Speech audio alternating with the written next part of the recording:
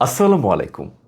SSC পরীক্ষার্থীদের বিদায়ের অনুষ্ঠানে বিদায়ী শিক্ষার্থীর বক্তব্য কেমন হওয়া উচিত, চলুন তার একটা নমুনা দেখে নিই এবং শিখে নিই। আসসালামু আলাইকুম।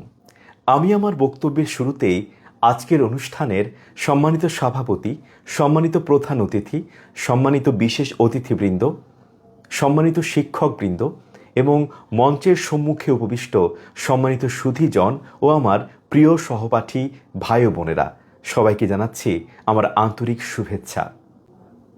আজকের দিনটি আমাদের জন্য ভীষণ বেদনাবিধুর। দীর্ঘ সময় পড়াশোনার পাঠ চুকিয়ে আমাদের প্রাণের শিক্ষা প্রতিষ্ঠান ছেড়ে আমরা বিদায় নিতে যাচ্ছি, কিন্তু এই বিদায় একদিকে যেমন বেদনার, অন্যদিকে অমিত সম্ভাবনার। কারণ ছেড়ে গেলেই নতুন পৃথিবী আমাদের বরণ করে নেয়।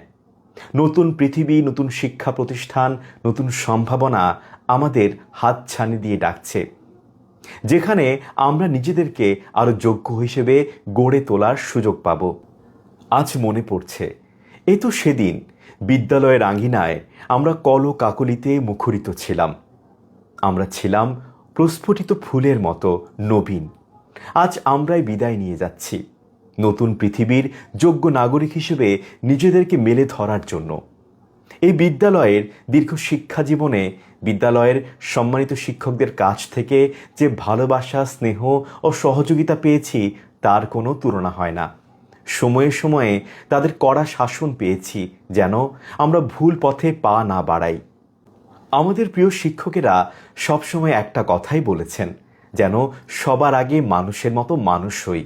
কারণ সত্যিকারের মানুষ হতে না পারলে বড় বড় ডিগ্রি, সার্টিফিকেট সবই অর্থহীন হয়ে যায়। কারণ দুর্জন বিদ্বান হইলেও পরিত্যাজ্য।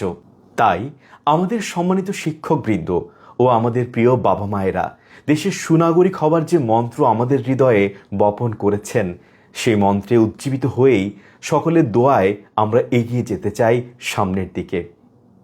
আজকের এই দিনে এই হোক আমাদের দৃপ্ত শপথ। আমার যারা ছোট ভাই ও বোনেরা রয়েছেন, আজকের দিনে তোমাদের প্রতিও অনেক দোয়া এবং ভালোবাসা।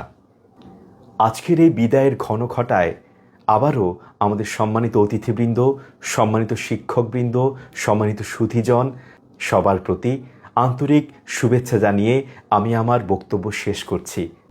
তবে যাবার আগে একটা কবিতার লাইন খুব মনে পড়ছে।